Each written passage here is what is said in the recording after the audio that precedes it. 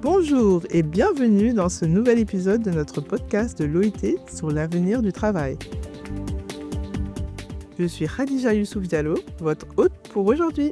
Saviez-vous que cette année marque le 25e anniversaire de l'adoption de la Convention de l'OIT sur la protection de la maternité? À cette occasion, l'OIT a publié un nouveau document intitulé « Combler l'écart entre les genres en matière de congés parentaux payés ». La Convention prévoit un minimum de 14 semaines de congés de maternité et sa recommandation numéro 191 encourage son extension à 18 semaines et appelle à garantir une sécurité de revenus adéquate et la protection de la santé maternelle et infantile par un financement collectif. Cet épisode explore le débat général autour du congé de paternité, ce qui a déjà été accompli, comment cela a été possible, et quel domaine nécessite encore un appui accru. Pour parler de cela ensemble, nous avons aujourd'hui Caroline Humbert, est la responsable de talent dans la société Wave Sénégal, et Nashwa Bellal est notre experte de l'OIT en maternité, basée en Égypte. Merci d'être avec nous, mesdames. Ravie d'être là. Merci, enchanté. Notre discussion inclura également un extrait d'un entretien préenregistré avec Karamoko Badian, qui est le directeur régional de développement commercial chez Wave Sénégal, qui est aussi papa ayant bénéficié d'un congé de paternité. Nashwa, je vais me tourner vers vous. Au niveau mondial, il existe un écart de 5 mois, ce qui fait environ 22,5 semaines de congés payés. Quelle est la situation actuelle dans le monde, mais aussi sur le continent africain ou plus précisément en Afrique de l'Ouest? Bon, à l'échelle mondiale, l'écart de genre dans les congés payés pour les parents est d'environ 5 mois, c'est-à-dire 22,5 semaines. Autrement dit, les mères disposent nettement de plus de congés payés que les pères. En Afrique, la plupart des pays se situent entre 9 et 17 semaines de congés payés pour les mères, avec quelques pays en dessous de 8 semaines et très peu au-delà de 18 semaines. En moyenne, les mères ont plus de 13 semaines de congés payés, tandis que le congé payé pour les pères est inférieur à 1 semaine. Résultat, un écart de plus de 12 semaines entre les pères et les mères. Par ailleurs, aucun pays du continent n'offre encore de congé parental payé. De point de vue côté normes internationales du travail, seulement 9 pays africains ont ratifié la Convention numéro 183 en 2000 sur la protection de maternité. Ils sont Bénin, Burkina Faso, Djibouti, Mali, Maurice. Mais la responsabilité directe de financement par l'employeur n'est pas conforme aux normes OIT. Le Maroc, Niger, Sao Tomé et Principe, Sénégal aussi ont ratifié la convention. 14 autres sont alignés sans ratifier. Parmi eux, Algérie, Cameroun, Côte d'Ivoire, RDC, Gabon et Mauritanie. En Afrique de l'Ouest, plusieurs pays avancent sur la ratification, mais de forts écarts subsistent. De nombreux pays restent en dessous de 14 semaines pour la maternité et 24 pays sur le continent n'ont pas de congé de paternité payé. Qu'est-ce qu'on veut dire ici? Pour combler cet écart, en allongeant et rémunérant le congé de paternité, en ratifiant et alignant les lois sur la Convention 183 et en développant des régimes universels de protection sociale pour le financement des congés sur la base du dialogue social est décisive pour l'égalité du genre, l'emploi et le bien-être des familles. Très bien, merci Nashwa. C'est très bien noté. On va se tourner plutôt vers Caroline maintenant pour essayer de comprendre un petit peu l'entreprise Wave, qu'est-ce qu'elle fait. Est-ce que vous pouvez nous présenter, Caroline, l'entreprise Wave au Sénégal, s'il vous plaît? Oui, bien sûr. Alors, en 2 mots, Wave, c'est un service financier qui permet d'envoyer, de recevoir et de gérer de l'argent facilement, tout ça depuis son téléphone. Donc, la particularité, c'est accessible à tous et même à la population la moins bancarisée. Donc, on peut faire toutes les transactions nécessaires sans avoir besoin d'un compte en banque. Wave opère aujourd'hui sur le continent africain, dans plusieurs pays, plus de 8 pays au total, certains qui ont déjà été mentionnés, le Sénégal, la Côte d'Ivoire, le Burkina Faso, le Mali et bien d'autres. Et sur près de 3000 collaborateurs que l'on a au total, près de la moitié, à peu près 1500 se trouvent à Dakar, au Sénégal. Merci Caroline. Et du coup, au niveau des congés paternité, quelle est la situation actuelle au Sénégal et comment le pays pourrait-il tirer profit, pardon, d'un congé de paternité plus long pour sa population? Alors, au Sénégal, le congé de paternité est aujourd'hui limité à 1 à 2 jours seulement, ce qui est très court comparé surtout aux standards internationaux. Aussi, au Sénégal, il reste entièrement à la charge de l'employeur, sans dispositif de remboursement ou alors même de financement externe, que ce soit par le biais de sécurité sociale ou d'un autre organisme. Pour nous, en tant qu'employeur, nous constatons que cette durée est extrêmement réduite et pas suffisante pour permettre aux futurs papas de réellement partager les responsabilités dès le départ. Alors, qu'est-ce qu'on pourrait faire pour augmenter la durée? Je pense qu'il y a plusieurs leviers, pardon. Le premier, c'est peut-être le cadre légal. Il faudrait que l'État rallonge la durée minimale du congé de paternité par le biais du droit du travail.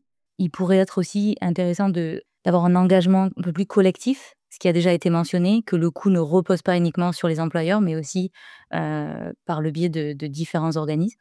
Et puis, je pense que le plus important, c'est aussi l'évolution des mentalités qui doit en découler.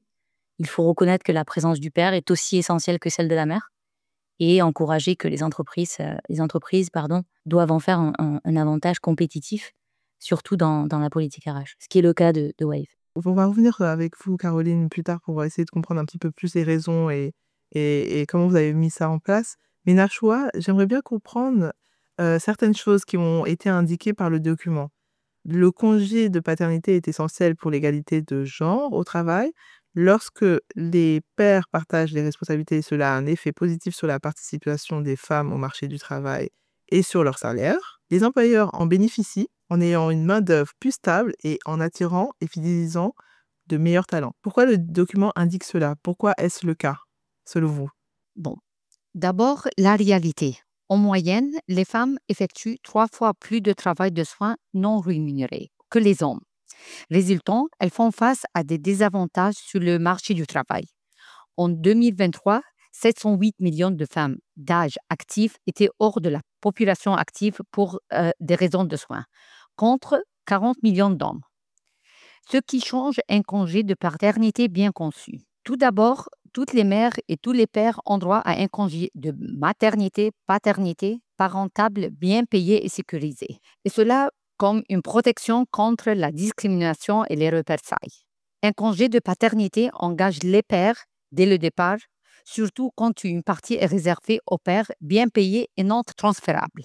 Ce droit doit valoir quel que soit le statut d'emploi ou conditions de travail, c'est-à-dire salarié, indépendant ou informel. Aussi, ça crée une responsabilité. Prendre effectivement ce congé, assumer une part équitable du travail de soins non rémunéré au quotidien, y compris des périodes de solo care, et soutenir le retour et la progression professionnelle de leurs partenaires. Aussi, il a un effet sur l'entraînement. Quand les hommes exercent leurs droits et leurs responsabilités, ils changent les normes sociales. Ils réduisent les stéréotypes de genre au travail et à la maison. Et ils accélèrent l'égalité dans la société. Ils favorisent un meilleur partage de responsabilités à la maison, donc une meilleure conciliation pour les deux parents, ce qui n'existe pas toujours. Il aussi réduit la pénalité de la maternité. C'est que la baisse de la participation et de salaire après la naissance et soutient la carrière des mères. Pourquoi les employeurs y gagnent? Moins de turnover, plus de rétention et de motivation. Ça donne une marque pour les employeurs qui sont plus attractifs pour recruter des talents. Il crée des équipes plus équilibrées et productives car les femmes peuvent rester et progresser dans l'emploi. Ce qu'on veut dire vraiment comme message clé, c'est que réduire progressivement l'écart dans les congés parentaux en garantissant des droits pour les pères comme pour les mères est un levier direct pour l'égalité de genre au travail et la participation des femmes au marché du travail et leur salaire, ainsi que la performance des entreprises. Merci beaucoup pour cette réponse. Maintenant, Caroline, pouvez-vous nous en dire plus justement sur cette politique interne au niveau de l'entreprise privée Wave sur des congés paternité? Qu'est-ce qui a été mis en place et pour quelles raisons? Tout à fait. Déjà, je partage exactement ce qui a été dit et c'est la raison pour laquelle, chez Wave, nous avons choisi d'aller au-delà de l'obligation légale en mettant en place un congé de paternité plus généreux. Plus généreux que, le cadre légal que j'ai cité tout à l'heure, notamment, au Sénégal.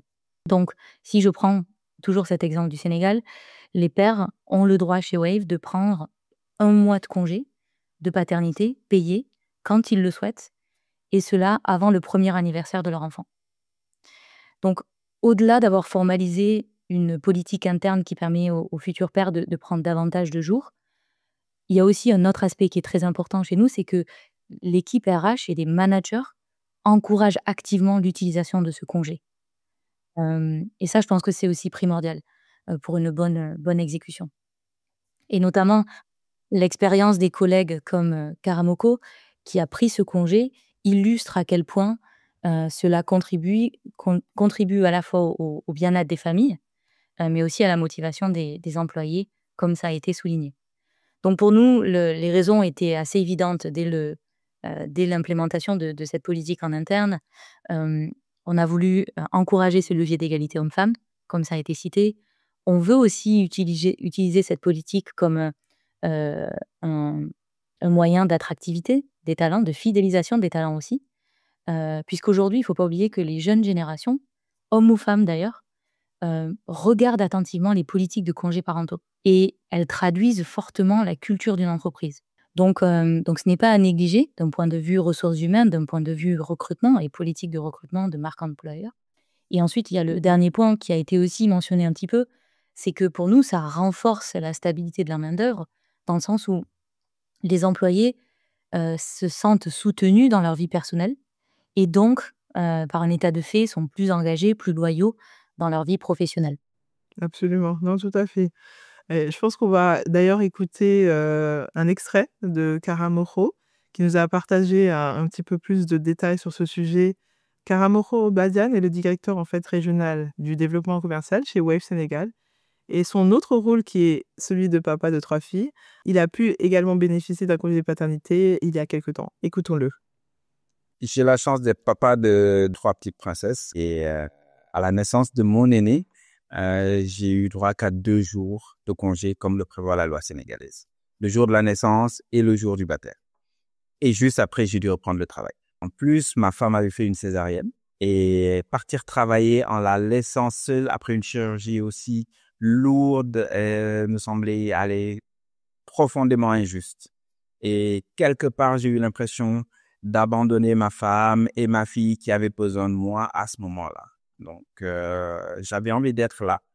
Mais le système tel qu'il est ne me le permettait pas. Du coup, j'ai dû prendre sur mes jours de congé annuels pour être un peu plus présent. Par contre, pour les 2 autres, j'étais déjà chez Wave et j'ai pu bénéficier de 4 semaines de congé paternité. La différence a été énorme.